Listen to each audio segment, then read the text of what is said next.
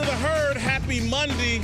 Jason Whitlock sitting in for Colin Kaepernick. He's out on vacation all this week. Doug Gottlieb will be here the rest of the week. You have me today, and today we're talking Big Baller Brand and why Big Baller Brand is DBA. DBA, not DOA, DBA, dead before arrival. Lonzo Ball, the first to jump ship off of Big Baller Brand. That, to me, is the story of the weekend.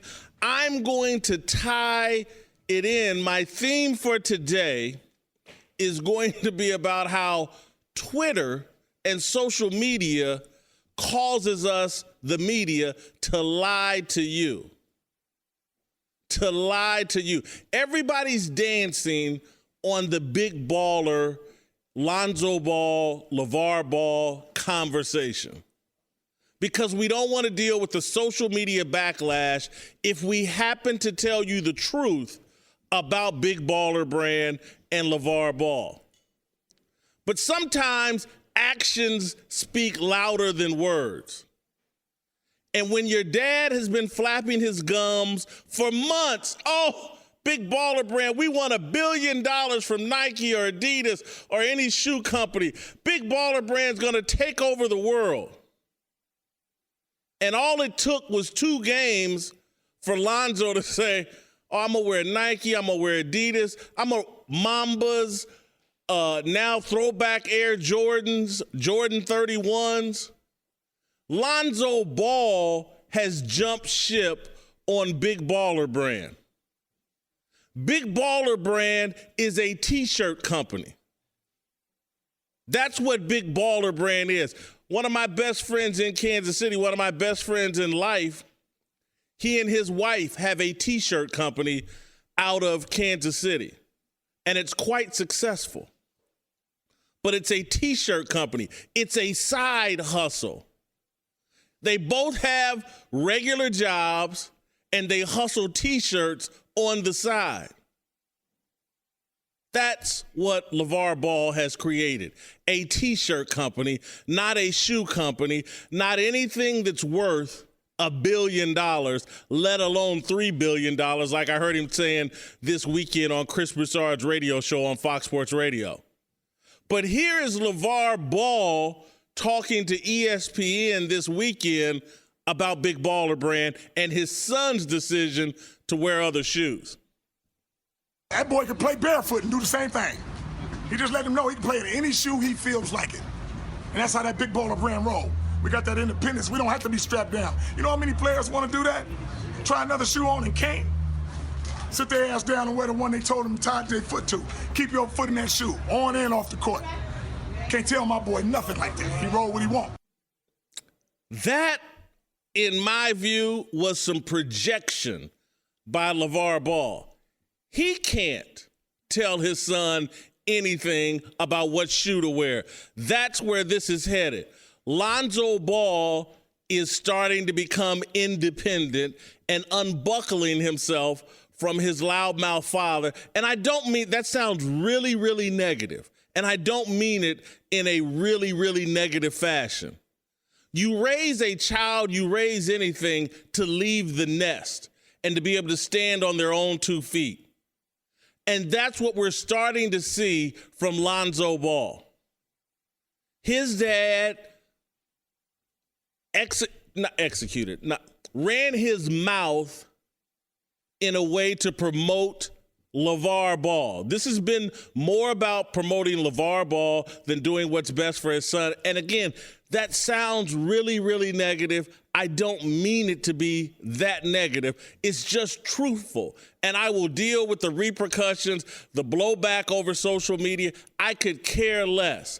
I listened to Jeff Van Gundy and Mark Jones do a nice job calling the Summer League game, I think on Saturday or Friday for Lonzo Ball, but they were dancing.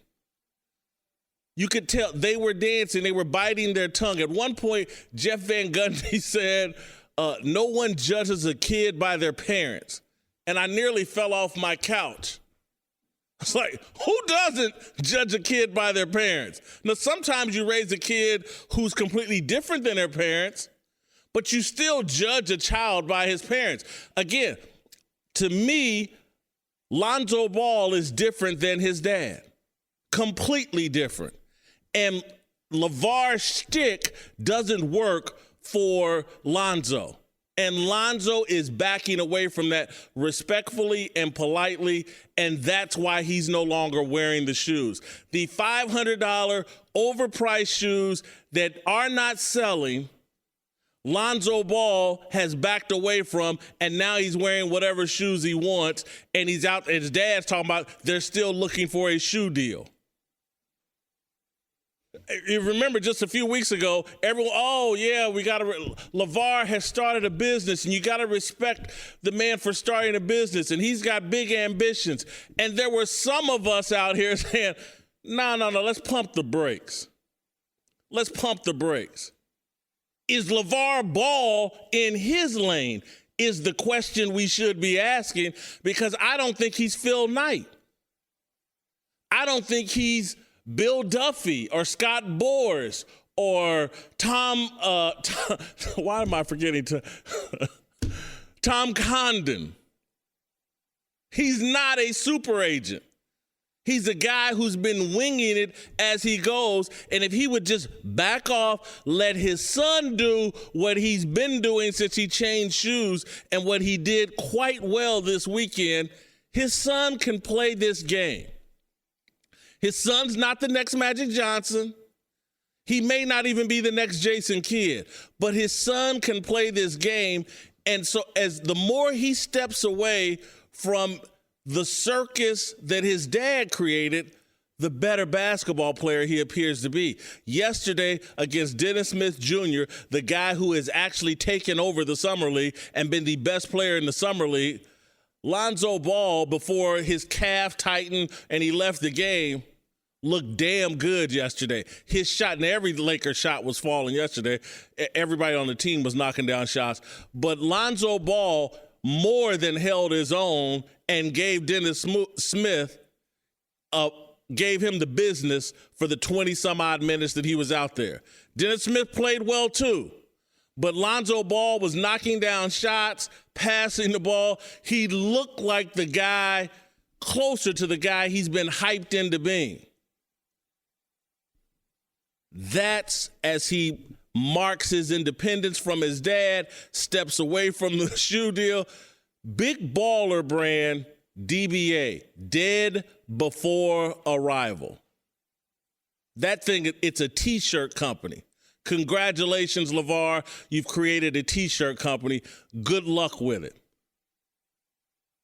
All right, that's going to be my topic of conversation today, how social media manipulates us and takes the media in a very inaccurate, inauthentic direction. We're all, every word that comes out of our mouth, we're thinking about how is it going to land on social media, and it moves us away from being honest.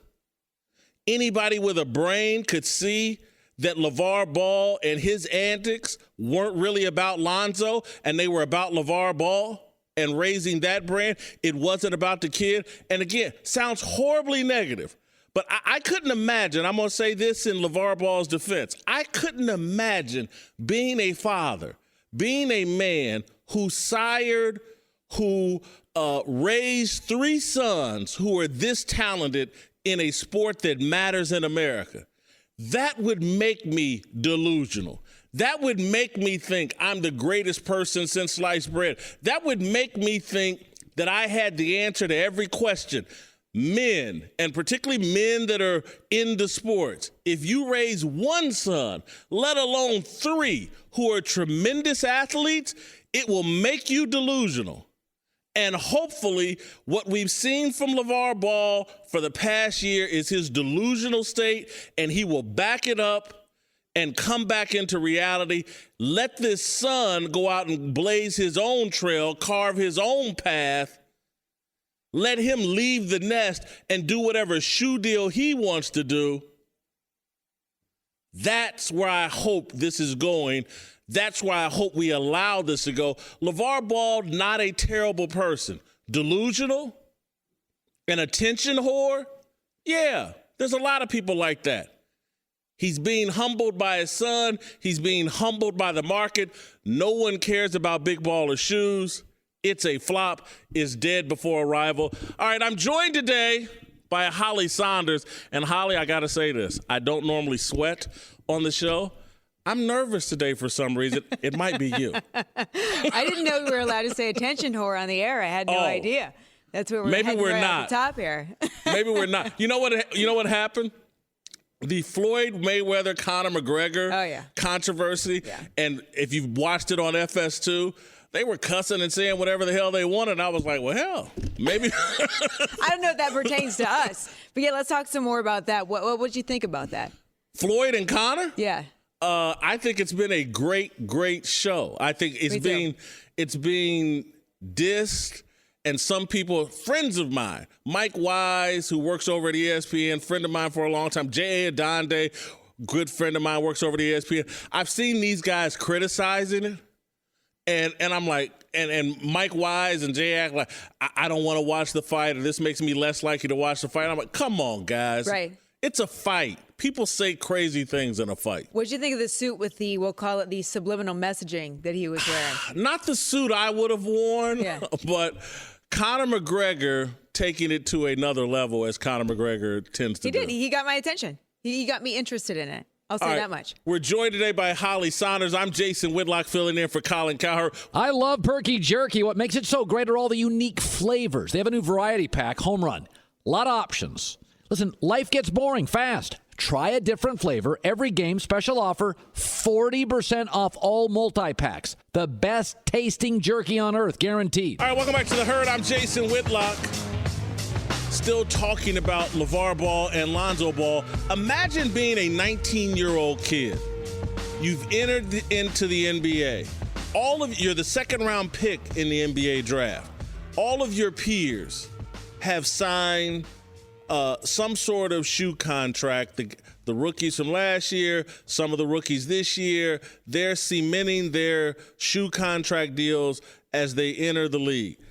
You don't have one because your dad has decided he's going to be a disruptor and disrupt Nike, Adidas, Under Armour, Reebok, companies that have been at this for 50, 60, I don't know how many years. Your dad's decided he's going to disrupt them and he's going to start Big Baller Brand. You're going to take on the world. Your dad's qualifications for this are he's a personal trainer and he played college basketball at Washington State for a year and he trains you in your backyard.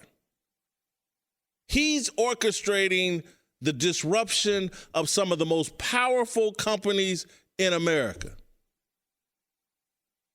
You got to be sitting there thinking, this is crazy. This is crazy. No matter how well-intentioned, this is crazy. And those of us in the media have sat here and basically co-signed for this and acted like it's not crazy what LaVar Ball is attempting to do. We've acted like, oh, this is all working out and the hype is good, when we can see that Lonzo Ball is a shy kid who really just wants to play basketball and not be involved in any controversy. The reason why we in the media have lied and co-signed for this, again, goes back to social media. If you just happen to criticize LaVar Ball, prepare yourself for a swarm of tweets of people calling you racist, calling you a hater, calling you all sorts of names because you're sitting there saying, hey, this isn't best for the kid.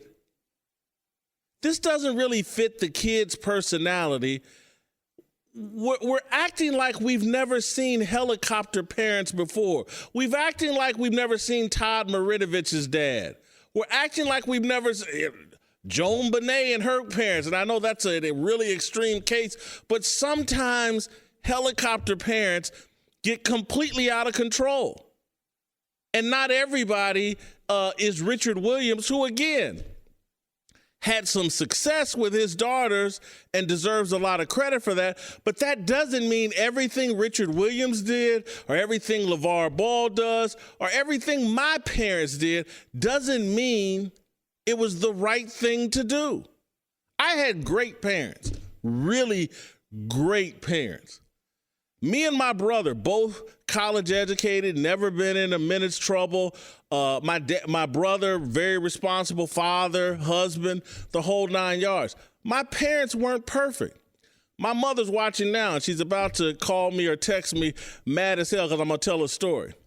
I've seen cocaine once in my life, and I've lived a pretty crazy life. I've seen cocaine once in my life, and it was when my mother went on a vacation bowling trip with her girl. My parents divorced. My mother, raised us as a single mom. My mother went on a bowling trip to Florida with her girlfriends, and she left my cousin Kevin in charge of us. Look, Kevin was my idol as a kid, but he was a thug. And all of his buddies came. He was babysitting us for a week. All of his buddies came over, and they had cocaine spread across our dining room table. I was probably 11 years old. Not the greatest decision by my mother. Still the greatest mother in the history of the planet and the world. So what I'm saying is parenting is complicated. It's filled with good things and bad things.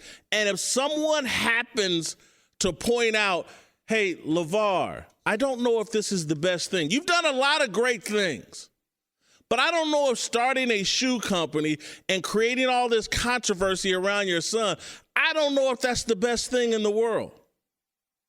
That's not harsh criticism of LaVar Ball. That's not some example of racism or selling out because you've criticized LaVar Ball. It's the truth. And we're not allowed to say the truth in the media anymore because of social media. Anybody that goes anywhere near an uncomfortable truth gets vilified in social media. And too much of the media is afraid. And I don't blame them because their bosses live in fear of social media. And so we've moved into this very inauthentic, phony world where no one says what they really think.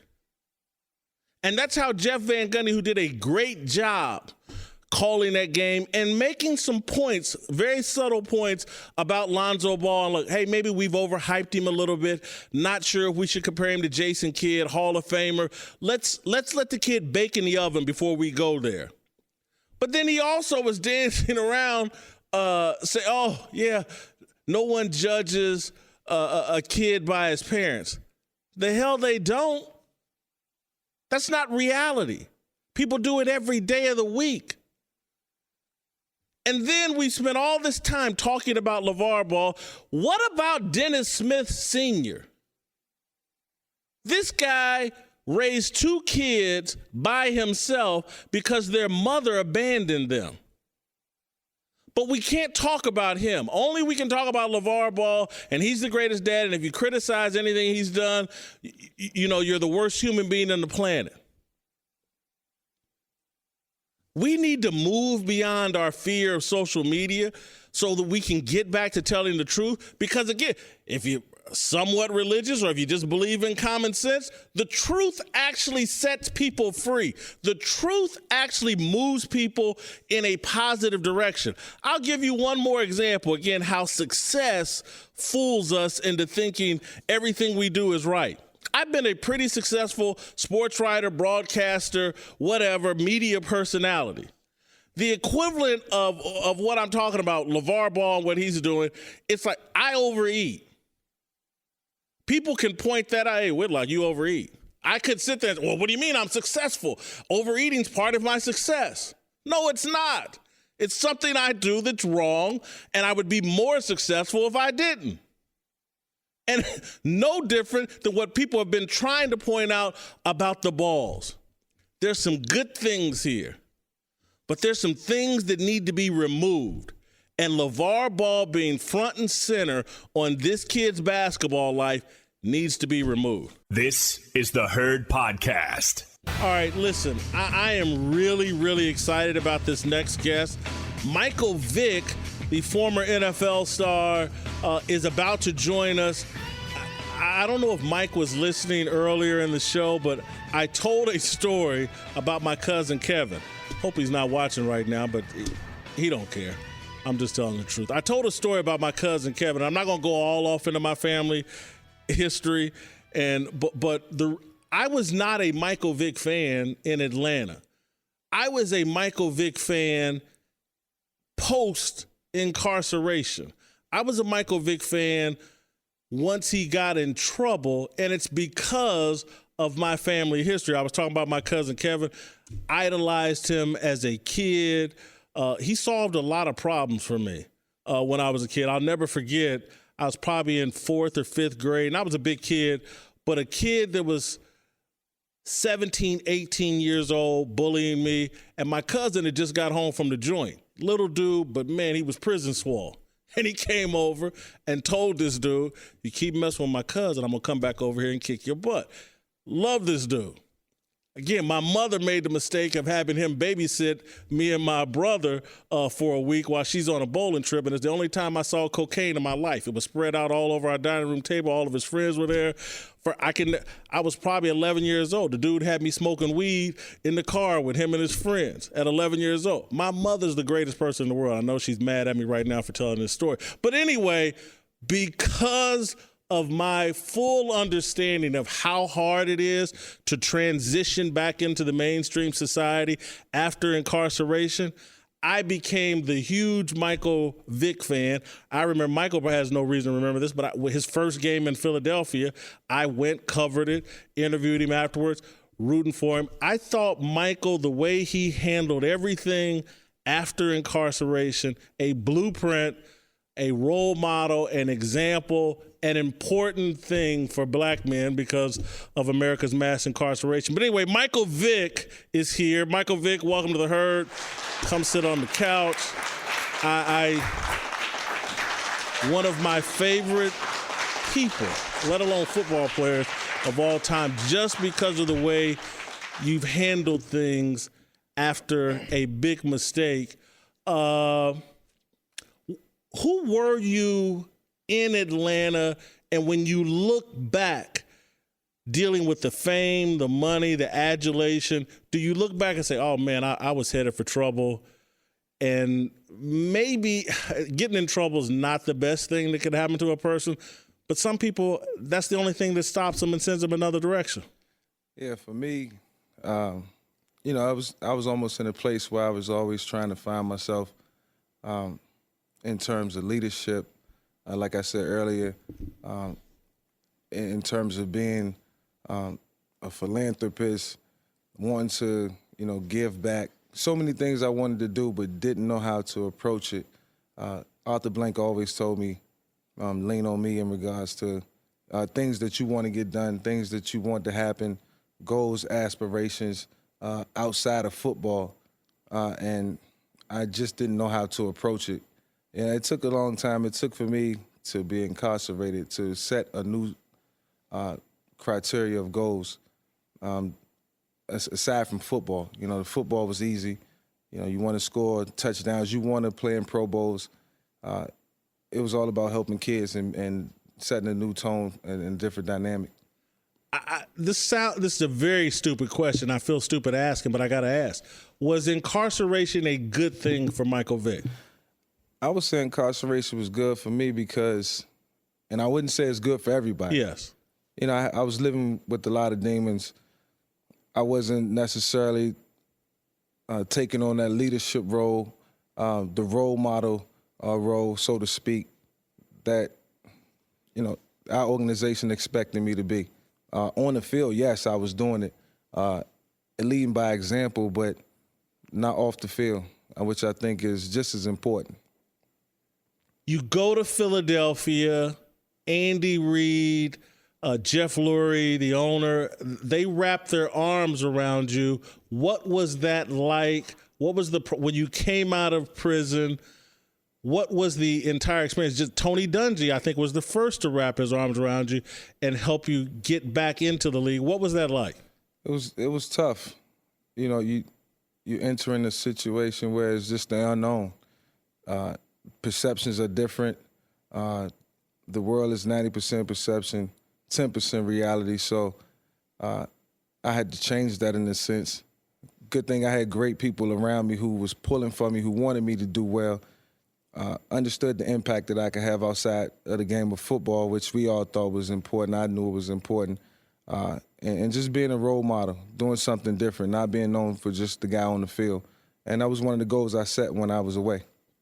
How important was Tony Dungy in getting you back into the league? If he hadn't stepped in, do you think you would have gotten back in? Coach Dungy played a major role in me being able to come back and play in the National Football League. He came and seen me about 4 months prior to my release, and we just sat down for maybe 2 hours and talked about everything that I wanted to do moving forward, coming out. What type of impact I wanted to have, on a lot of kids and just the masses of people. And I thought that was just extremely important to him. I thought it was important to the community of Philadelphia, and especially to my teammates. Showing them that I could be a role model. I was a changed man, leading by example. You were a tremendous leader. You played very well in Philadelphia. One season, I remember 21-6, 8-3 record. But more than anything, your leadership actually overshadowed your on-field performance in Philadelphia. And I know you took some flack for it. And the Undisputed asked you this question. I want to ask again. You kind of stood up for Riley Cooper in a situation where, for those of you that don't remember, Riley Cooper, white wide receiver for the Eagles, drunk at a country music concert, threatens. I don't know where they was at.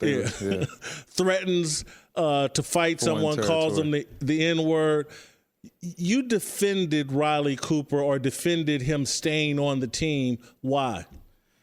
Well, I honestly thought that, listen, this is not Riley as a person. I know him. I've been around him for the last 5-6 years. Multiple conversations, spent time with him in training camp. He knows my family. I know him. I just didn't see that side of him. But I guess when tempers flare, people get upset. Anything is bound to be said or happen. So that part didn't strike me, didn't catch me off guard. What really took me aback was the way my teammates reacted. And I wanted to smooth everything over because I knew. How did they react? Oh, they was upset. Every single one of them. And not just the black guys in the locker room. The white guys in the locker room as well were very upset, at Riley. And listen, he almost just turned into the black sheep instantly. Like, nobody wanted to talk to him, being in the lunchroom. He's sitting by himself. And I just took a different approach, took a different stand, for everybody overall. And I knew we had to, continue to stay, focused on the mission at hand and not let that small distraction, be the downfall of our season. Mike, you said something very real that I hope didn't fly over people's head, is that in an argument, tempers flare, and people say a lot of things. And people can make a mistake, and that doesn't define them totally. Right. That just defines them in that moment doing something stupid. And that's where I was on Riley Cooper. I've thought about the dumb things I've said in a fight or in an argument. That's the question I posed to all my teammates. Like, look, let's be real. We've all said things in the spirit of the moment that we wish we could take back, that we really didn't mean. And our emotions got the best of us. Let's just be honest. And I was just trying to bring a realistic situation to a head in terms of, having guys think about, things that or situations that they've been in where, they reacted, just totally out of, impulse. And I wanted everybody to just relive those moments, understand, listen, we all got skeletons in our closet. We all do certain things. We all say things that we want to take back. But I was proud of those guys because, after 2 days, it was a normal locker room again. So we never talked about it. It was never an issue again. I knew some guys didn't let it go, but hey, at least we was able to get past it. We're joined by Michael Vick. Michael, I want to stay in this for a little bit longer. This a little bit uncomfortable, but I got to keep it real. Keep it 100. I'm from, again, I know all sorts of people. Yeah, me too. I know guys that are still involved with dogfighting. I know, and again, it's not that I condone it, but I know the culture where people can come from, where they think that's okay, and they have to learn and be taught different. And so when I hear you talk about Riley Cooper, I think back to when the thing happened with you. I was like, don't condone it, don't agree with it, but I know how this can happen. I know how you can be a part. And particularly, I used to live in the South. Yeah. And that's not an excuse for Michael Vick. It's not an excuse for anybody. Yeah, but it doesn't define who Michael Vick is. Yeah. It's more reflection, and I don't want to sound like I'm making excuses because I'm really not. But if so many people in the media, and I don't want to get you crossways with the media, but so many people in the media just don't know. They don't know where people come from. Right. And it's not for everybody to know. Listen, I mean, people come from all different backgrounds, and the baggage you bring with them, that's totally, they bring with them is totally up to them. You know, it's almost your responsibility to navigate, you know, as you grow older, to see life in a different perspective. You don't always have people who can help you in that regard, but I think we see enough. You know, I think when you dream and, you know, you aspire to be an actor or a professional football player or NBA player, you have to take a different approach. Your steps and your path has to be different. And for me, you know, I became a product of my environment. You know, not intentionally. I didn't want to be that way. I just got older and I felt like I should have known better and I should have did better.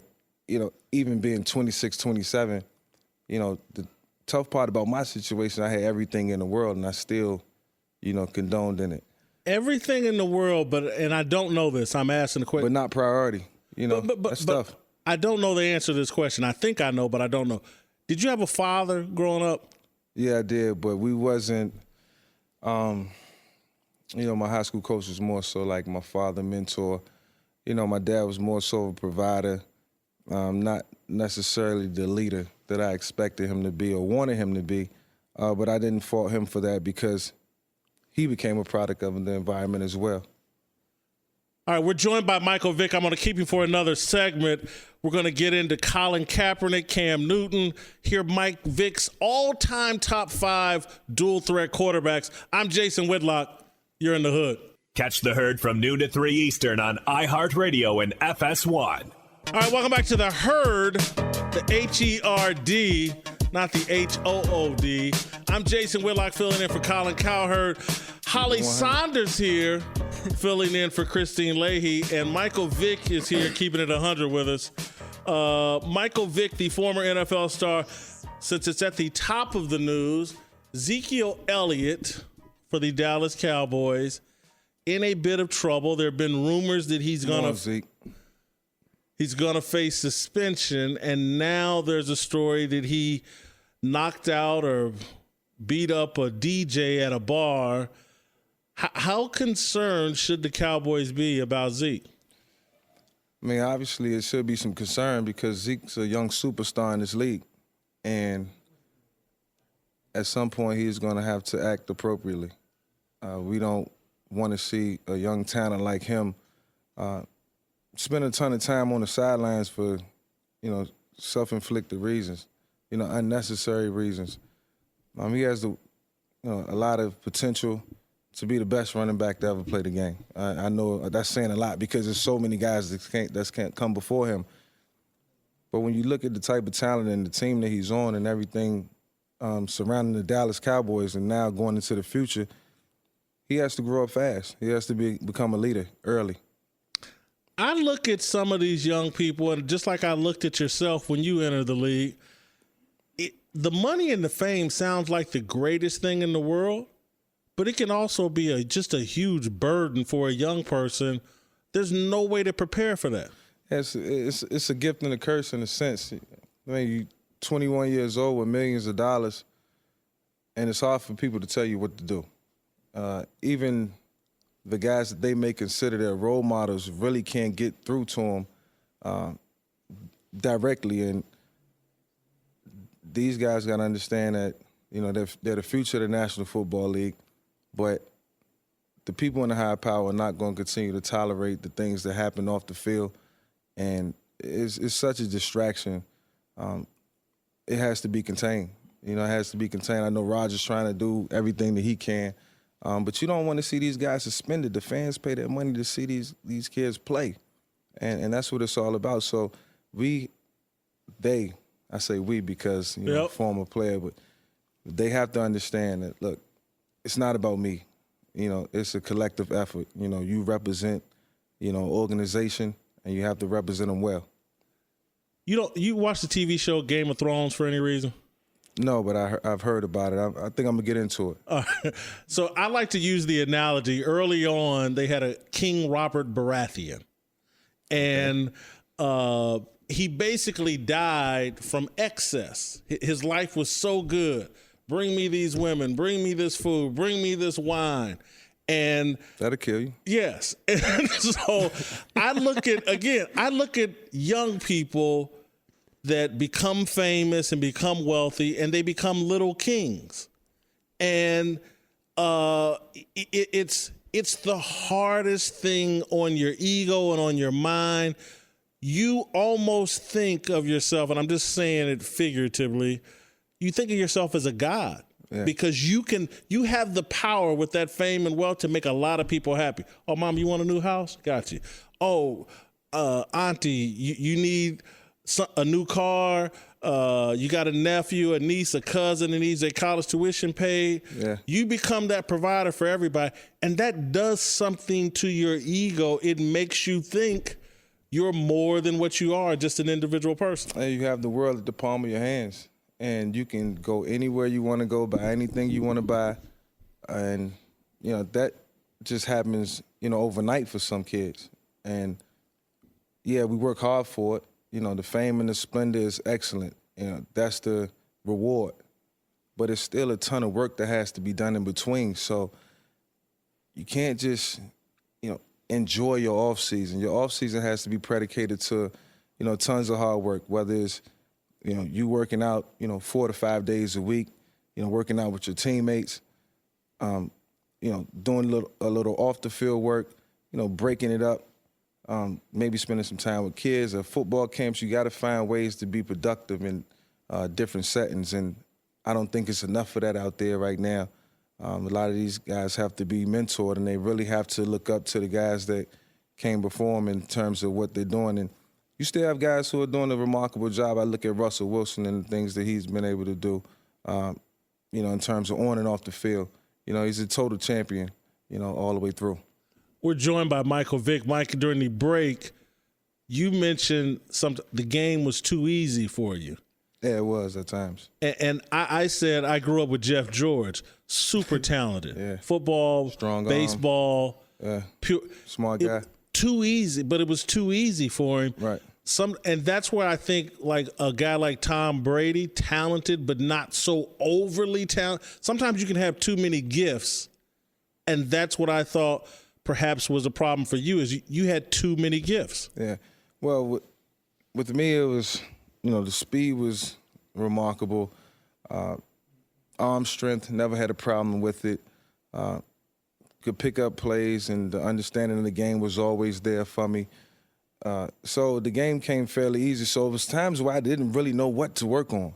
It wasn't until I got with Andy Reid where it was multiple formations. It was different concepts, different ways to get the ball into the hands of the receivers and the running backs, and beating the opposition, you know, mentally.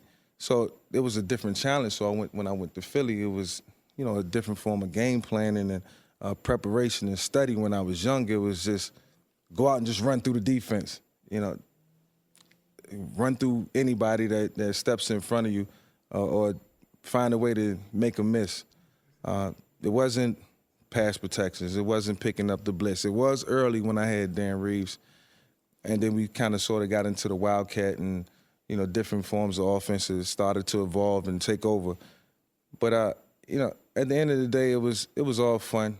I wish I can go back to that day and time and really do it different. But towards the end, the latter stages of my career made me appreciate, the things I didn't do in the beginning because I was able to do it at the end. Cam Newton, a 6'5", 260-pound version of Michael Vick. Do you ever look at Cam Newton and say, damn, he's got the same thing going on, not off the field, but the same thing going on the field as I did? Yeah, I look at Cam sometime and be like, man, I wish I had his size. Things I would be able to do. If I was 6'5", 255 and ran a 4.3 40. That's the key. But yeah, man, Cam is going through a lot. He had the injury this past offseason. I think he had the surgery. A lot of pressure and expectations are going to come down on you going into your 5th, 6th, 7th year. Those are the times when contracts starting to get extended, renegotiations. The team is being built around you, so you really have to, just take advantage of those opportunities. Those years are the most important in terms of the injuries and protecting yourself and the scrutiny. It's not anything any other quarterback hasn't gone through. Cam just has to fight this battle, and nobody else can do it for him. It has to be done by him. So I'm excited to see how he's going to react. This is going to be a great season for a lot of quarterbacks. And, in 2015, Cam played in the Super Bowl. Last year, they didn't make it. So now it's more pressure, more expectation. But he has to accept it, with a grain of salt and continue to push through. We're joined by Michael Vick. Colin Kaepernick, for a different set of reasons, is having a hard time getting back into the NFL. Yeah. He's got some controversy surrounding him that, has to do with his protest. What do you think about the way the NFL is treating Colin Kaepernick? Some people are saying he's being blackballed. I happen to think that it's about teams wanting their quarterback to be all in. It has nothing to do with him being blackballed. The gesture that he made, last year when he took the stand to do what he did, listen, we all appreciated it. We respected it. And it was a good thing. It was a good thing. I really think, the stand that he took has nothing to do with him not having a job or playing in the National Football League right now. And being frank, Colin didn't have the best 2 years, his last 2 seasons. I mean, it wasn't as productive as what we've seen him do. And maybe it's due to coaching changes and, musical chairs in the positions around him and the players. But I think in terms of him getting back out on the field, it's going to have to be a team that can suit to his skill set and what he does, what he does well. Mobility inside and outside of the pocket, making plays with his feet, maybe a little bit of the wildcat, whatever they want to call it, mixed in. But it has to be some type of scheme that helps, Kaepernick and that team in terms of productivity. Any other type of offense, I don't think will help him right now because it's going to take so long to, adjust and learn the system, protections, blitzes. What to look for, receivers, that type of, that type of camaraderie don't happen overnight. What do you think of teams or people in the media like me that say because of his activism and because of what he seems to be into over social media, he's not really all in on football. Football's not that important to him, and teams from that position want guys who are obsessed with football. Yeah, well, we don't know his commitment, his dedication to the game right now. Unless you talk to Colin personally, you probably won't know. I still think his heart is in football. He's fairly young, still in his 5th, 6th season. He has a ton of football ahead of him, but it's all predicated on what teams want in the quarterback position. Now, I'm surprised that he's not a backup, with anybody right now. But as you look at all the teams around the National Football League, a lot of teams have good, solid backups that's been there for 3 or 4 years and understand the system. So when Colin come in, it's starting from ground zero. And, in terms of his social media and what he likes to do and what he likes to be involved in, it's all at his discretion. It's what he wants to do. I'm pretty sure he's understanding that the things that he does put on social media, he gets involved in, is going to be heavily scrutinized because you're a quarterback in the National Football League. Now, a lot of teams don't like it. They don't want guys active on Twitter and Instagram, and I wouldn't want it either if I was a owner of a team or worked in the PR department. You got to contain certain things, and some things need to be kept private. So, I'm rooting for Colin. I'm his biggest supporter. The guy wears my number, so I'm always support him and be there for him. Who are Michael Vick's top 5 all-time dual-threat quarterbacks? Number 1, myself. I don't think it get any better than that, and I'm just being frank. Is there any bias in that opinion? Absolutely not. I mean, listen. You got yourself ahead of Steve Young. Yeah, I mean, Steve was one of the greatest, and Steve got a ring, but, I mean, I look back at the top 10 most mobile quarterbacks, the show that they have on NFL Network, and they got me ranked like number 7. I'm like, wow, what's that about? And I know some good guys that came before me, but, as far as quickness, ability, the opportunities that I and situations that I had where I created, plays that you'll never see again, I think that put me at the top. But, yeah, Steve Young, number 2, Randall Cunningham, Aaron Rodgers, definitely one of the top. You got Doug Flutie, number 4. That's Flutie. The one that shocked me. Yeah, well, Doug's a number 5. Doug he kept it squeaky clean. He maneuvered the pocket, mobile, didn't get sacked a lot. Played real consistently for the Chargers a couple of years. I can't remember too many others. So he played in Buffalo, had some good years there. And, I mean, you got to think, man, the guy was only 5'8", 5'9", and very impressive. Very impressive. All right, well, that was Michael Vick. Michael, thank you so much. Thanks for having me. Great interview, great stuff.